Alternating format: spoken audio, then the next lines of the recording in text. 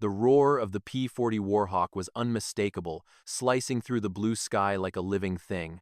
Pilots loved its ferocity, yet they hated its quirks.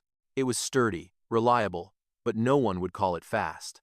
Against the sleek Messerschmitts and Zeros, the P-40 often felt a step behind. Its pilots learned to rely on skill, daring, and sometimes luck to stay alive. But behind every great plane is a team on the ground, men and women whose hands and minds shape the aircraft into something extraordinary. And in one small, dusty airfield somewhere in the Pacific, one mechanic did something that would change the story of the P-40 forever. Most of the officers and pilots would never have guessed it. He was young, maybe too young to have the kind of respect older men demanded. He was unpolished, rough around the edges, and he had a habit of doing things his way. In the barracks, his ideas were called stupid, reckless, even illegal by some. Yet, behind the greasy coveralls and the smudged face, he had a mind that worked differently. Where others saw limitations, he saw possibilities. And the possibility he would unlock for the P-40 was as audacious as it was simple. It started with a small observation. The throttle mechanisms on the P-40, the very thing that controlled the engine's power, were designed with safety and durability in mind. Standard procedure dictated a strict routine: follow the manual, don't touch the adjustments, never tamper. But this mechanic noticed something curious.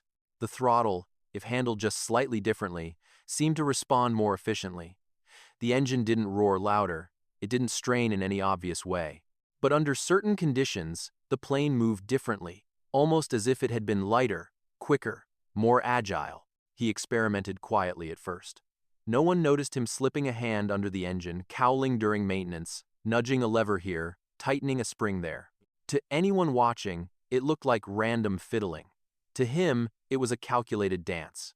And when he finally had the courage to take one of the planes out for a test, what he discovered shocked him and would shock the pilots even more. The P-40 leapt forward with a responsiveness it had never shown before. Turns that had been sluggish now felt instantaneous. Climbs that took the breath out of pilots now seemed effortless. And in the skies above the islands, where every second counted, that difference was the line between life and death. Word spread slowly at first, as it always does in tight-knit squadrons.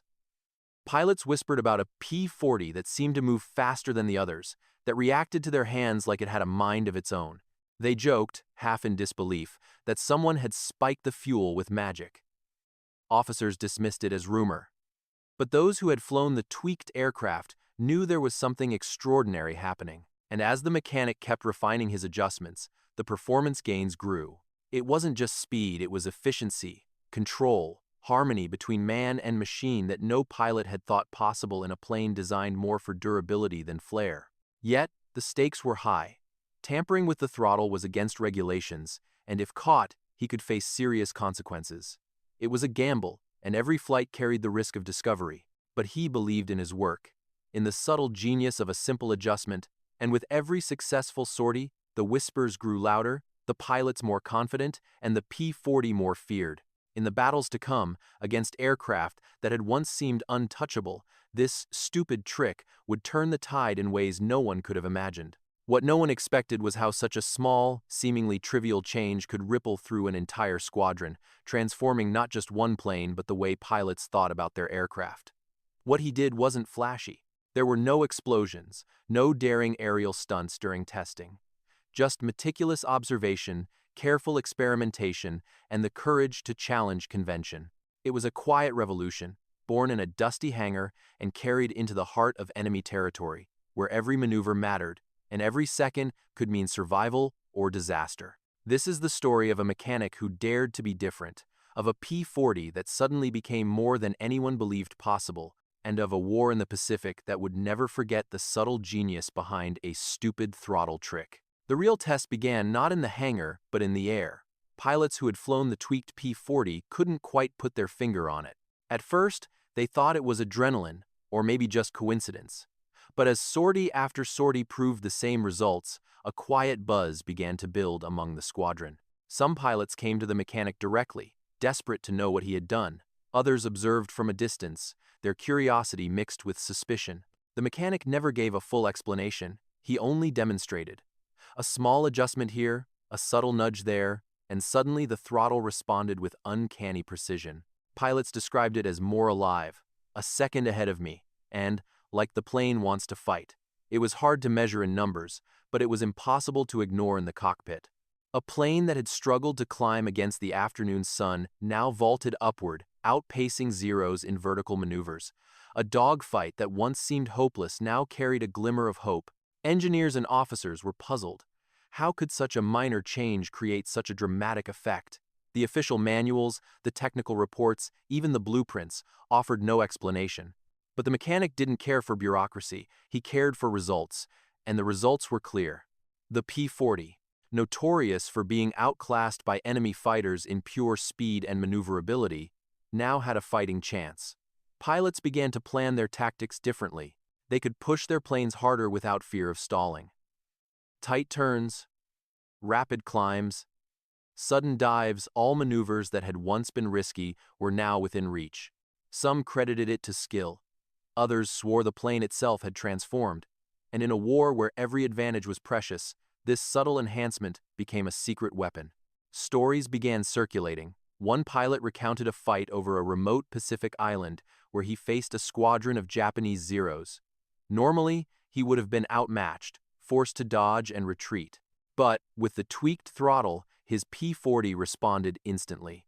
He banked hard, dove sharply, and for the first time, he felt like he had the upper hand. By the time the engagement ended, the enemy formation had been scattered, and he had survived where another pilot might have been lost. Yet the mechanic remained in the background, almost invisible. He didn't seek praise. He didn't flaunt his knowledge. Each day, he performed the same careful adjustments, knowing that the success of the squadron rested on secrecy and consistency. He had learned early that innovation without discipline is chaos, and in the middle of a war, chaos was deadly.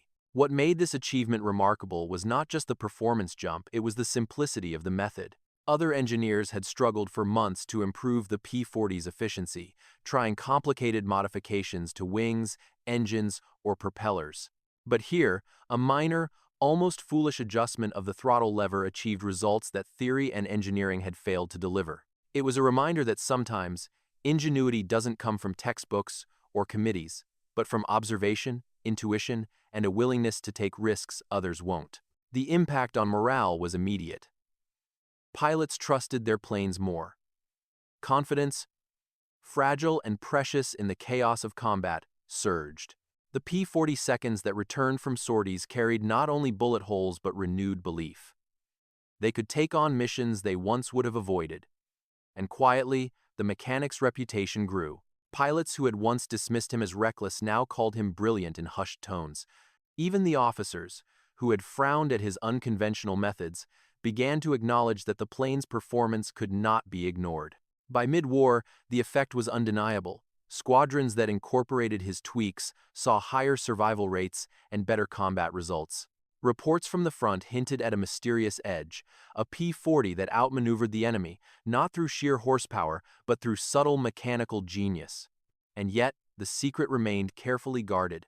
The mechanic's work was too valuable to expose openly. Only those who understood his adjustments could replicate them. It wasn't just about fighting, it was about survival, about seizing every advantage when facing an enemy who would exploit any weakness. And in that context, a stupid throttle trick was anything but foolish, it was revolutionary. Every time a pilot banked hard and the plane responded perfectly, every time a P-40 escaped an ambush that should have been fatal, it was proof that a single mind, working quietly and without recognition, had altered the course of battle. The Pacific skies were full of danger, flak, enemy fighters, treacherous weather, but pilots now had something they had never had before, the knowledge that their plane could respond to their skill, almost as if it were an extension of themselves. And the mechanic? He watched, content to remain in the shadows, knowing that the most important work in war is often invisible. But every secret carries risk. Whispers of unusual performance reached higher command, curiosity turned to scrutiny, and the possibility of exposure loomed. Could the P-40 seconds maintain this advantage without the mechanic's touch? Would his innovation be recognized, or would it be dismissed as luck or myth? And more importantly, could such a simple idea withstand the chaos of battle when every lever, every throttle, every decision mattered more than life itself? In those skies, the answers would come not in laboratories, not in manuals, but in the heat of combat. And when they did, the world would see just how far ingenuity, courage, and a stupid idea could carry a plane and the pilots who trusted it. The real test didn't happen on paper or in a quiet hangar, it happened in the sky, where seconds could mean the difference between life and death. Pilots who had flown the modified P-40 felt it immediately. At first, they thought it was coincidence. Maybe it was luck, or adrenaline, or just their imagination. But over multiple sorties, the same result kept repeating. The plane responded faster, climbed quicker, turned sharper. It moved in ways no pilot had thought possible. Some whispered to each other, careful not to attract the attention of commanding officers. "That plane, it's different," one said. "Like it knows what I want before I do." Another shook his head in disbelief. "It's just a plane, it can't do that." But deep down, even the skeptics began to feel it. There was a subtle harmony between pilot and machine, a responsiveness that couldn't be explained by manuals or standard engineering. The mechanic didn't advertise what he had done. He never claimed glory, never explained his methods. He simply made careful adjustments, minute tweaks to the throttle system that most engineers would have considered too small to matter. A spring here, a lever aligned slightly differently there, and suddenly the engine delivered power in a smoother, more precise way. It wasn't raw speed on the numbers, the plane hadn't changed, but in the air, it felt like a different aircraft entirely. Pilots began to notice patterns. Turns that once left them scraping their tails against gravity now felt effortless. Climbs that had previously taken precious seconds longer now happened in a heartbeat. During dogfights, the P-40, long criticized for being outclassed by the nimble Zeros and Messerschmitts, suddenly held its own. One pilot recounted a skirmish over a remote island. He had been chasing a Zero, expecting it to outmaneuver him. When the P-40 responded instantly to his input, he banked hard, dove sharply, and, for the first time, he realized he might actually have the upper hand. Word spread quietly. Whispers among pilots turned into hushed discussions. Who did this? They asked each other. Some guessed a new engineering team. Some thought the manuals had been revised without their knowledge. But only a handful knew the truth. One young, reckless mechanic had dared to defy convention, trusting his instincts over rules. The effects were more than just tactical. Morale, fragile in the chaos of war, surged. Pilots trusted their planes more, their confidence growing with each successful mission. The P-40 seconds returning from sorties carried not just the scars of battle but a new sense of possibility. Pilots felt alive in the cockpit, capable of maneuvers they had previously thought impossible. A plane that had been dismissed as underpowered and cumbersome was now a weapon in its own right, subtle but lethal. Even the officers began to take notice, though few could articulate why. Reports from the field mentioned unusually high survival rates, unusual success against enemy fighters, and an uncanny ability to escape what should have been deadly situations. The numbers didn't make sense, and the manuals provided no answers. All they had were the testimonies of pilots who swore that their P-40 seconds had transformed mid-combat. But with success came danger. The mechanic's work was delicate. Any misstep, any careless adjustment could ruin the throttle mechanism or even cause engine failure. Each flight carried risk not just from the enemy, but from the very innovation that gave the P-40 its edge. Yet, despite the dangers, the gains were undeniable. The P-40, long underestimated, had found a new lease on life, all because of a quiet mind working in secret, one careful adjustment at a time. The secret spread among those who mattered most, the pilots. They learned to respect the nuance, the subtlety of the tweak, and the patience it required. And as battles raged across the Pacific, the true significance of this stupid trick began to reveal itself. In moments when pilots faced overwhelming odds, when every decision was a gamble with death, the throttle's response made the difference. It turned near-certain losses into miraculous survivals, chaos into opportunity, and desperation into hope. It was a reminder that innovation in war doesn't always come from new weapons or elaborate plans. Sometimes, it comes from observation, intuition, and the courage to question the rules. Sometimes, it comes from one individual, unseen, whose hands and mind can alter outcomes that no army or engineer could predict. And as the P-40 continued to fight with renewed vigor, the mystery of its performance became legend. Pilots returned to the airfields with stories that seemed impossible. Officers asked questions, seeking explanations, but none could account for the plane's agility. Only the mechanic knew the truth, and he kept it close, letting the plane speak for itself. Every sortie, every dogfight, every narrow escape added to the legend. The P-40, once a workhorse, now became a symbol of ingenuity, skill, and quiet genius. And in the midst of war, when lives hung by a thread, the difference between victory and defeat was no longer raw power. It was precision, subtlety, and the courage to try what others called stupid.